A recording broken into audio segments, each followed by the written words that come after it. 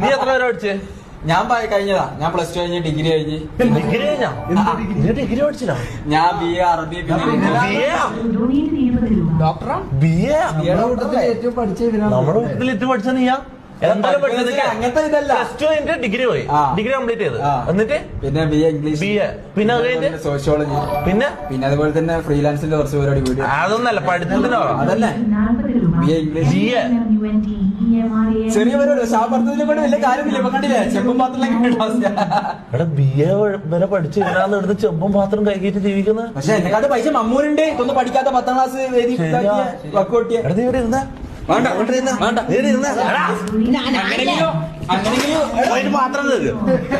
അങ്ങനെങ്കിലും ഈ സീറ്റിൽ ഇരിക്കാൻ പറ്റുമല്ലോ. അത് നാളെ മുതലേ തുടങ്ങട്ടെ.